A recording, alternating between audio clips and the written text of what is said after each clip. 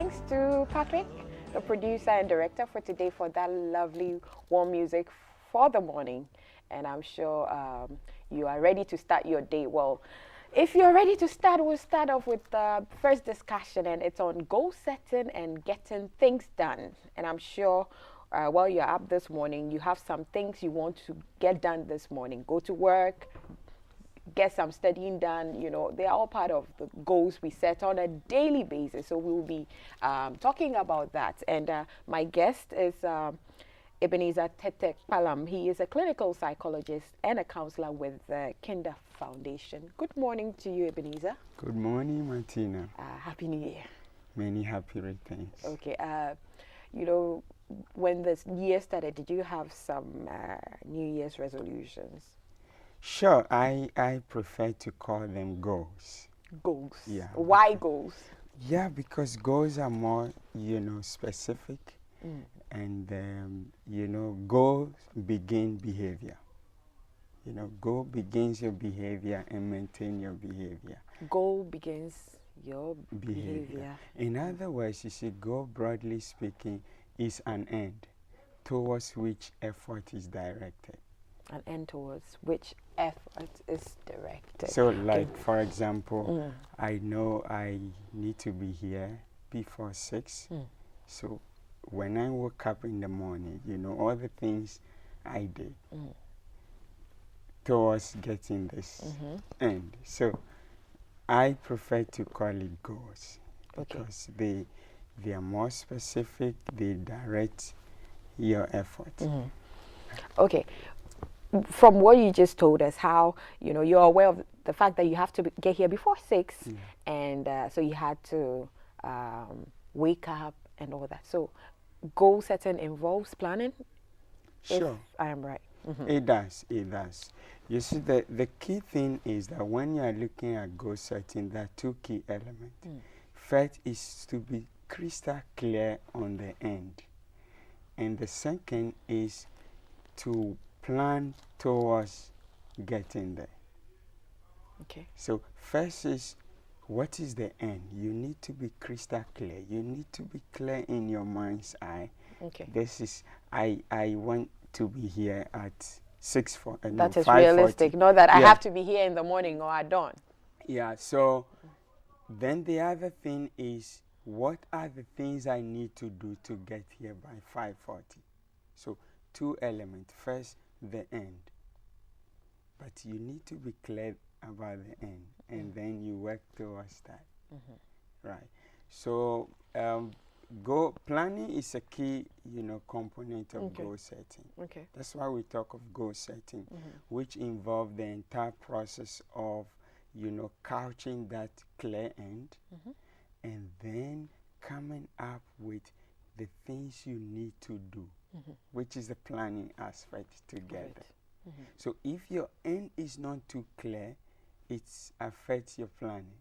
Okay. And eventually how, the extent to which you achieve your goal. Okay. If you have an end, and with that end, you have maybe two options. Yeah. Okay. Let's say for the morning example, Okay, you have right. to be here before 6, Yeah. and you can actually get here. You can tell yourself, I need to get here by 5:30. I need to get here by 5:40. How do you, in each case, you're here before the time. Yes. How do you pick the one that is more appropriate? Exactly. That's why you need to, goal setting starts with first thinking about the big picture. I need to be here before 6. But some things need to happen before I come to sit here. So first of all, I need to decide and be clear in my mind. And one of the key things is how people even state their goals. Okay. So for example, people say, I will be there 5:40. Now, if you put goals in future tense, you are going to be in trouble.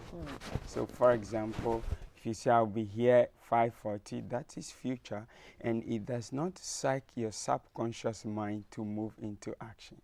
But I will say I am at GTV premises 5:40. Okay. I am Mm-hmm. at the premise at 5:40. So it's present. My subconscious mind quickly picked that, and I am there. So in my mind, even before I get here at 5:40, so the goal should be clear. That's why you need to think about the options. You need to think about the big picture, and then you need to end with a crystal clear end.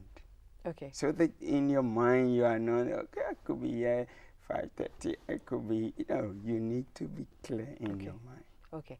And when it comes to goals, must you have a way of assessing yourself? Sure, people talk of SMART goals. And, the recent studies have even, adopted that again, have done some few changes. Your goal, within the goal, should be element to track your own, your own progress and how far you are going. You see, that's why there are things like time bound. So, for example, if you have a goal for the first quarter Of the year. Now, the time in itself, the time also can tell you the extent to which you're going. The other thing is those specific activities you put up. For example, you have 10 lists, 10 on your list of things that need to be done to get there. So that also can give you a picture of the extent to which you are going. So if you set crystal clear goals and you put up the list of things that need to be done together, you at every point in time you can tell. Okay. You can tell. So the problem is the process of the goals. For example, somebody say, I want to improve my spiritual life. Now, I don't know where to put it, but the fact is that, the quarter, the year will come to an end, and you yourself cannot tell whether or not you have improved. Yeah.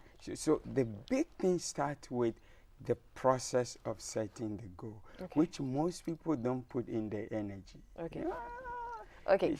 With what improving your spiritual life, with such a goal, what are some of the measures you can put in place to achieve? Okay, for example, like you said, that goal is too big. For example, would say, I read 2 chapters of the Bible daily. I read 2 chapters of the Bible daily. So every day, I can tell, even before the next day. Or I spend 30 minutes praying every day. Okay. Now, before the next day, I can tell. But these are things that can help me improve my spiritual life. But when you say, I want to improve my spiritual life, now, first of all, your subconscious mind has nothing about that goal. So it's not going to psych your body to work towards that. Okay. You see, so it starts with the way the goals are called, the way you put it, the way you state it. For example, most people put their goals either in future tense or, but you find that I will. Now, if you put a goal in that, your body says, okay, I will. It's not yet time. I will. Okay. You see, All because you see, the whole thing has a lot of psychological element. Okay. Because there are certain things you need to do to even before you are up. Your mind is working on your goals. All right. And it all depends on how you state it. Okay.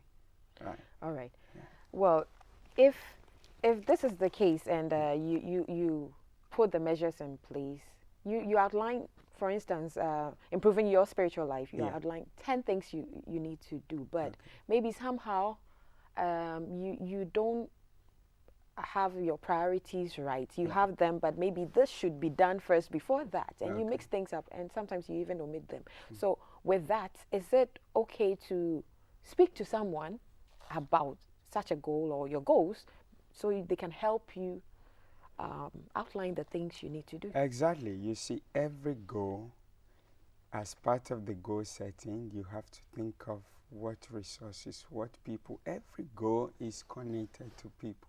You need some people in your goal. So yes, at a point in time, you can talk to people to help you put things into perspective. Even there are times you set goals, but there's a sudden, change in the environment that you cannot control. And so you feel you are unstable, you are out of gear. You can seek some help. You can talk to someone, So every goal requires some people that will help you along the way. Okay.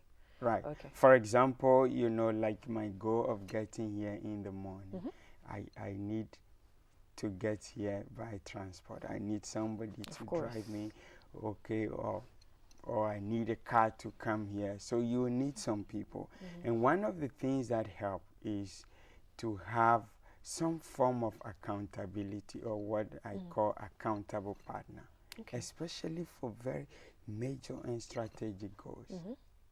Okay. You need people to talk to. In some cases, you may engage a professional. Okay. Is it always positive to talk to people about your goals?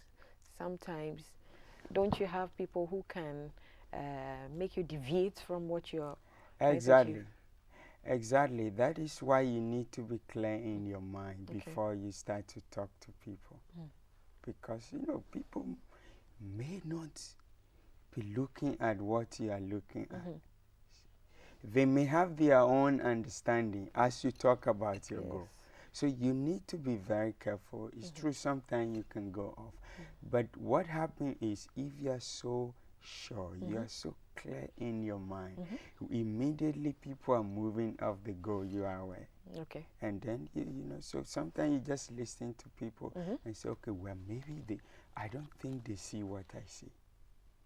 They view things differently from you. Yeah. Okay. But of course, you will find some people if you communicate well, because it's your duty also to help them to see things the way you see. Okay. How about situations where you set your goal, you're on the right track, you're working towards achieving it, but circumstances beyond your control, just things happen and you just can't achieve that goal at the end of the day. Maybe you plan to further your education, you've saved some money, you're working, and you are even enrolled in school and all that. Then something happens, maybe you lose your job, something just happens that it's beyond your control. How do you go about that so that that goal does not become futile in the long run? Right. Like I said earlier, there's some element beyond our control. Your goal is a very critical guide. It doesn't mean that, how do I put it?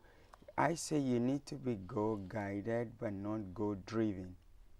Because sometimes when you're driven, it can break you down when But don't you need the drive to achieve it? No, you need a drive. But what I mean by being goal driven is like, it must happen by me. Some people even put their life, like I heard somebody say, if I don't become a pastor in this church in that year, I will die.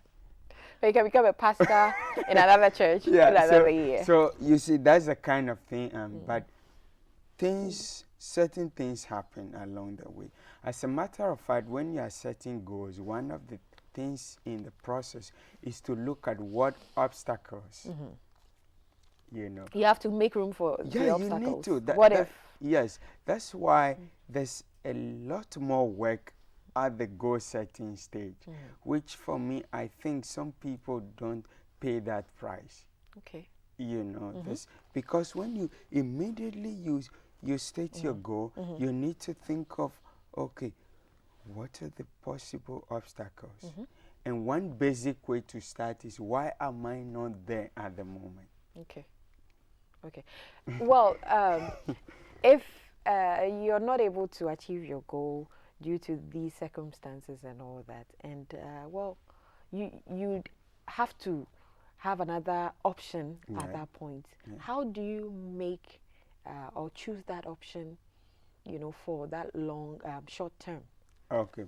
Well, You know, it starts with looking at, like the school example I gave yeah, you. like the school example. You see, you start with, okay, now let me analyze this situation. Okay, what are the possibilities I have in this situation? For example, you are in school and the circumstances are such that the other options will not be applicable to you than maybe to defer the course. Okay. You understand? To defer the course, plan again and go back. In other cases, you may have other options, maybe to fall on somebody to fill that financial gap, to still stay on course, but then have another plan to deal with the financial. So normally you need to sit down and say, okay, now here I am. This is where my goal is. Okay. But this has happened. It appears with these circumstances it's going to be difficult. Okay, what are the options? What are the possible options given these circumstances? So once again, you need to come back to the table to do a little bit thinking and a little bit. You know, one of the challenges we have in a part of the world is problem solving skills. You know, people have problems. One, they don't even define the problem. They can't tell exactly what the problem is, and they start to, I can't do this again, you know. So you define the problem, you come to what are the possible solutions, options available to me now, weigh the consequences of the options, and choose. There's always a way out. Okay. There's always a way out, but it is also true that time you may not get to your goal. As a clinical psychologist, can you tell us or describe the psychological effects of not achieving goals or even setting them? How does that work with the individual? Well, let me start with setting the goals. You know, like I said, psychologically, you are putting up a future end that you want to work towards. So it's purely a thing of the mind. Okay. Right. And that's why I stated earlier, because of that, you also need to state the goal in such a way that your mind will pick it. Okay. The other thing will be you need to make the goal alive in your mind. I want you to press on the effects. The effect. Does it lead to stress, depression, the things that can happen if you fall short of it? If you fall short of the goals, you may be depressed, you may be down, depending on other factors. You understand it? For example, some people set goals based on certain promises they make to people. Okay. So they have to look at, okay, this person and the fact that I'm unable to. So clearly, as a human being, psychologically, you may have, you know, some downside, but the degree of the downside depends on other factors. Okay. For example, you may get negative statements from people, you know, which is very common in our part of the world, you know, like you set a goal to pass your exams and you don't pass it, maybe 4 papers, you are unable to make 2, and people forget that you passed 2 and everything. Talk about the 2 failure. Yes. So that can be a factor. Yes. The other thing is also what kind of support do you have? Your support system. What psychosocial support system do you have? If you have people that say, yeah, guy, okay, this is it, but now let's still think about the future, not this. Let's look for a way out.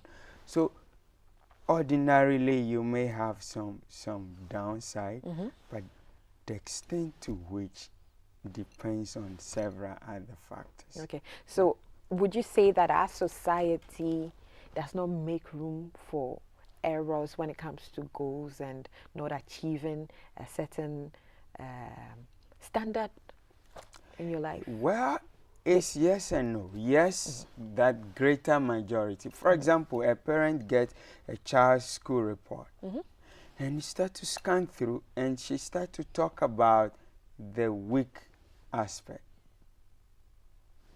You know, we to some extent we are functioned to look at, you know, the negative side first.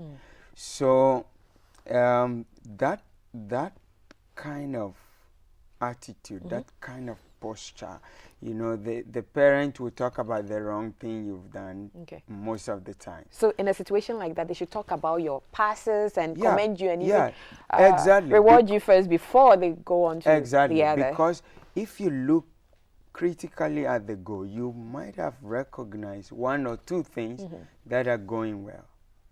You see, so for example, what I help people to do is when they set a goal and they are unable to make it, I say, okay, let's start to look at what are the things you've been able to achieve. You know, let's look at what went well. Okay. And immediately you start from that angle, the emotions change. Okay. They say, okay, I never knew, you understand it? So much of the thing depends on society. People set goals. These are future ends they want to get to. There are other circumstances beyond their control. So there are times they may not get there. But in the midst of that, we need to recognize the fact that there are some good things. Even the process of setting that goal and trying to work towards it, that alone, because some people are unable to set the goal. So we need to look at the good in everything. The good in everything. And I say start from that. Start from that. Because when you start from that, it changes the person's emotion and the person is now relaxed to think properly through the issues. Okay. Because they come to you with a negative. Yeah, I couldn't. But you talk about the positive to counter their negative feeling and raise them or lift their spirits. Exactly. And from practice, I've seen immediately you start that way, people's outlook change, their thinking is now straight. They start to look at things differently. They become optimistic. Exactly. They now move from what they've not been able to achieve and they are looking at, okay, what can I achieve the next time? Okay. We've talked a lot about individuals. Let's talk about organizations, institutions, not achieving targets and all that. They're also part of goal setting, aren't they? Exactly. Yes. Well, yeah, so it's the same principle, but what happens is that in organizational setting, you have to start to look at the broader picture. Some organizations will start to look at their vision, their mission, and then start to look at their strategic, plan, and then they look at their goals maybe for the year.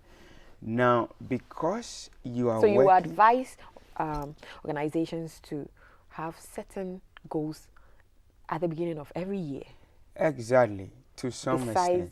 If it's a profit-making organization, besides the profit, they should have other things they need to achieve. They should have, because like I said earlier, goals begin behavior and even maintain it. So that, for example, if people say if you don't know where you are going, you can also not tell how long it will take you to get there, whether you should walk together or you fly together. So organizations need goals. One of the challenges we have seen is that sometimes organizations focus on stretch goals and targets. Stretched goals. Yeah. Explain that. And what that happens is that something that, human beings, you construct them to any level. So just put a high target and encourage them, push them together. Which is not a bad idea, but how organizations treat the people's or the team's inability I was about to come to achieve that target, that is where the problem is. Okay, stress on that, talk about that. Yeah, because what happens is that, the organization right from the beginning becomes so obsessive with the target. They look at their revenue target and start to plan with some of those things. So when at the end of the day you don't get there, you see that they forget that though we did not get there, the people after all have done something. Okay. So that posture make them focus. Some organizations will focus on the negative, and that psychologically demotivate the person. In fact, some employees, it can break them down, especially if in their own opinion they have stretched so much. Are you talking about instances where people will even get, is it commissions on their performance? Yes. And where those things are there, sometimes even employees will manipulate the system to bring those targets. But in reality, so sometimes it can promote misbehavior. It can promote, employees moving from the core values, because it's about the target, and you have to get it. So, and sometimes organizations spend so much because the target are so stretched, and the focus is on the target, and so they are unable to think through the decisions, the steps, and the cost implications. So sometimes at the end of the day, they adopt costly methods because they want to achieve the goal.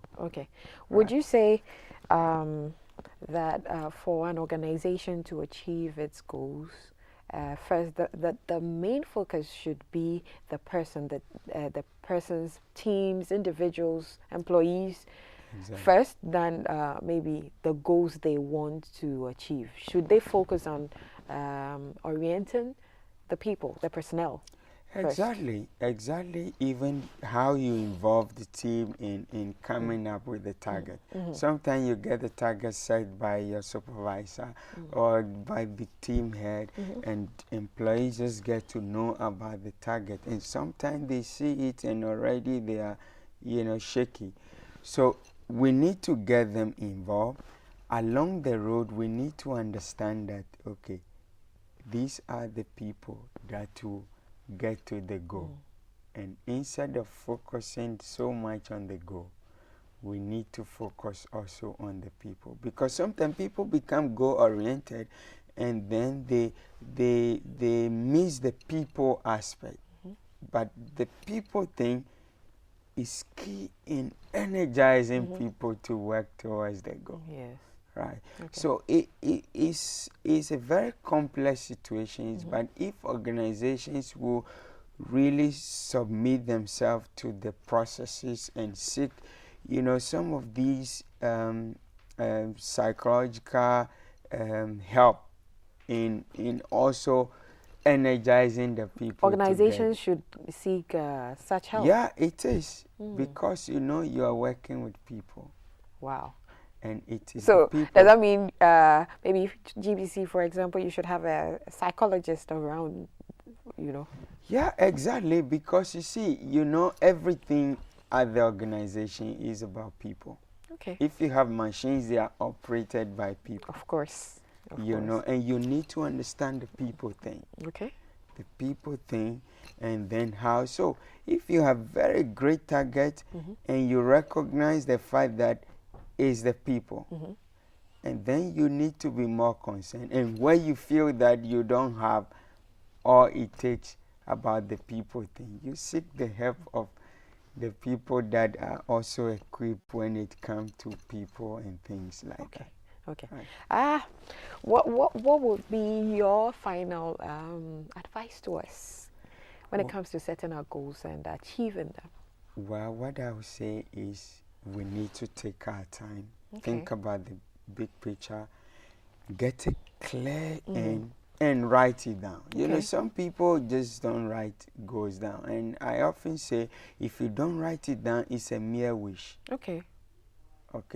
And then you also need to make the goal alive. In other words, you need to have this goal at places you can see. The goal must be fresh in your mind all the time. And like I said earlier, we need to state the goals in present tense. I am. Like somebody say, I will reduce my weight by December. No, you say you should give it a figure, measurable. A figure. So, for example, I say I weigh 60 kilos in December 2016. That is a crystal clear goal, stated in a way that your subconscious mind will work towards it. Okay. The other thing will be when you are clear with your goal, come up with a plan.